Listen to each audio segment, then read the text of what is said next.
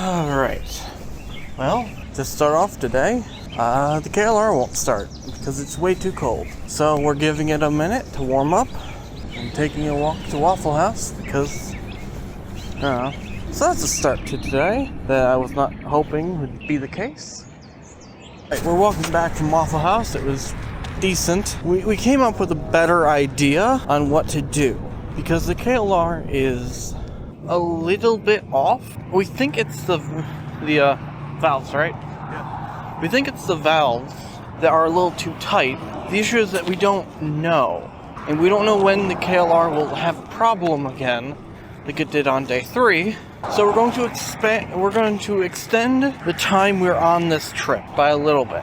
How we're going to do that is go from Auburn to straight down to Florida. It will take 2 days to get down there, but once we do, we can get the KLR fixed, which will probably increase our speed a little bit, and then ride from Daytona to the one that is according to the schedule before that to Fort Valley. Am I getting this right?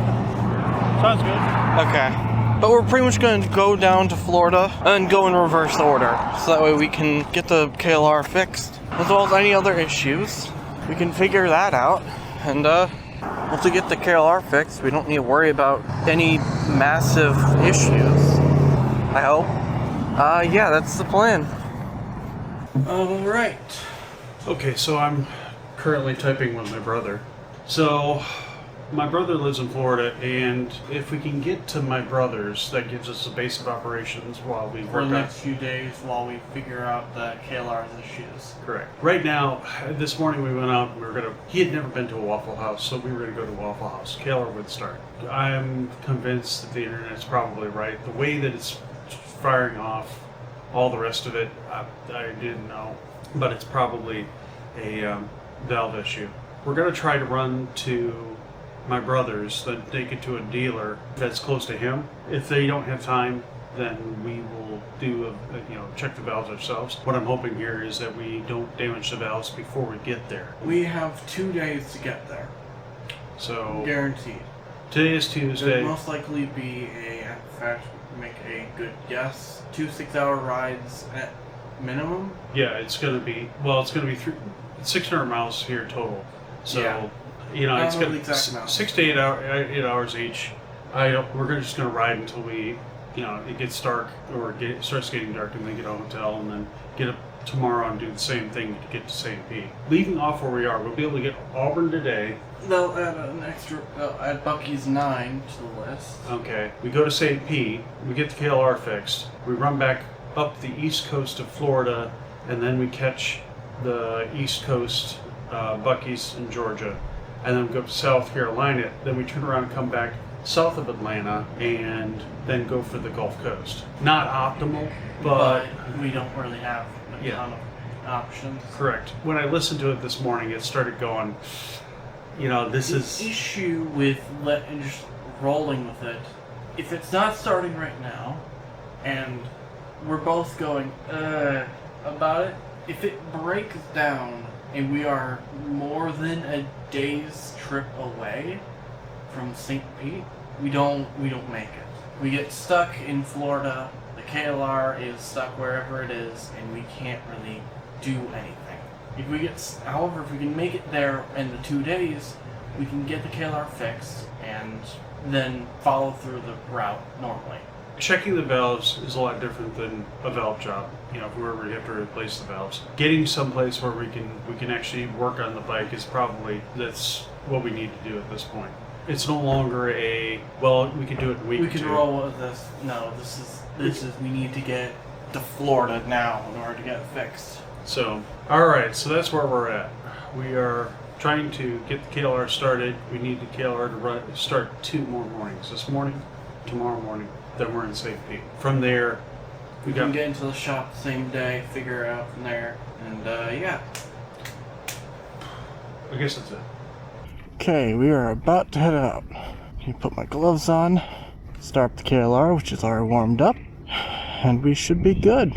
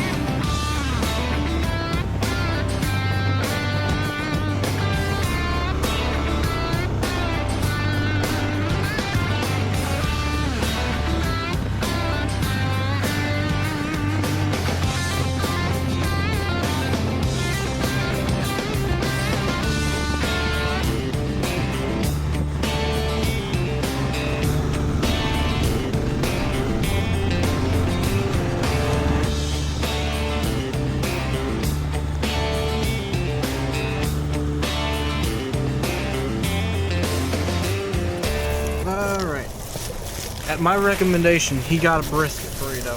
So he was very much right about the chicken burrito. So much so I wouldn't even get the sandwiches. And I told him to trust the brisket burrito. Wow. Ooh. Okay, let's try this.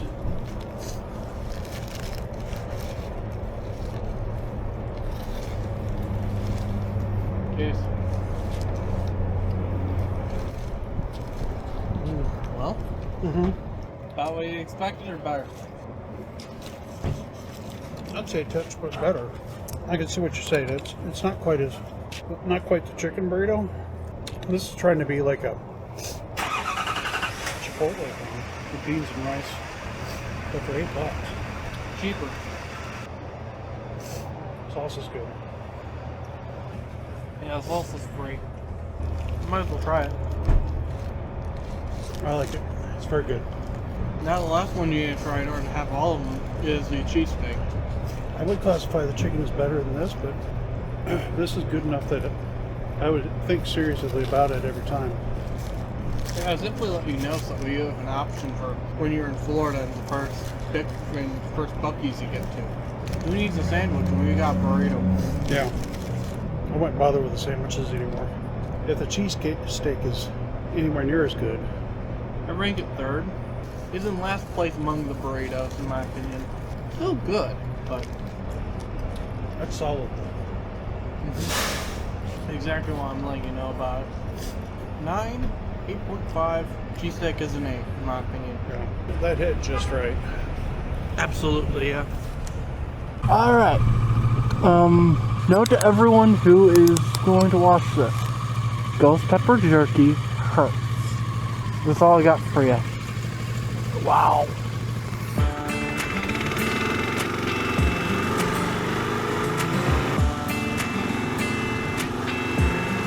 Yeah, I'm ready behind you.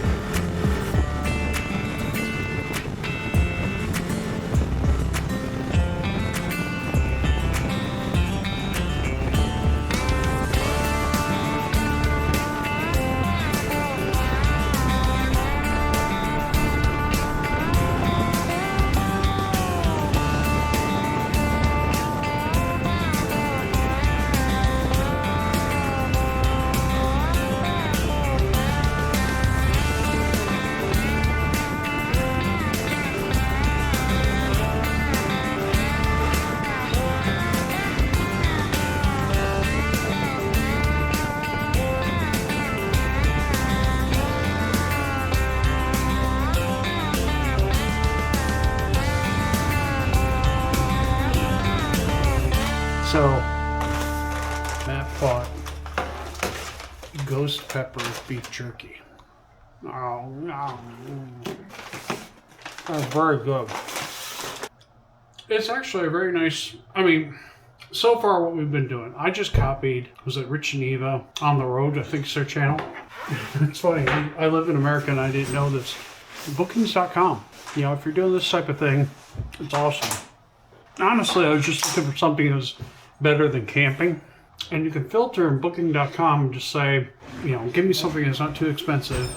And let me base it on ratings of what people said about it and location, all that type of thing. And so far, everything's been much better than camping. This is, I forget what the price was. It was, I think, $80, but nowadays, what can you say? Camping now is like 30 to 40 bucks, depending on where you go. But there's nothing east of the Mississippi where you're just going to be able to, at least that I know of, where you can do like dispersed camping. And quite frankly, it's too cold.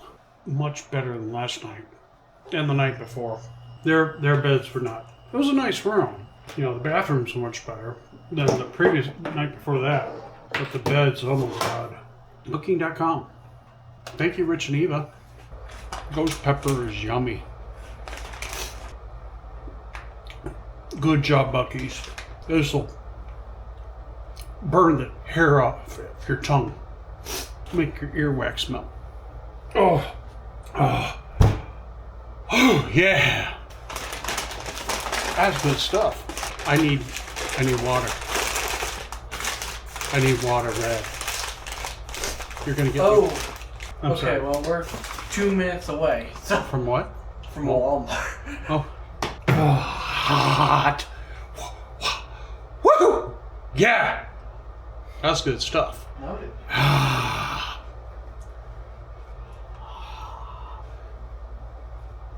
Steam comes out your ears. Anyway.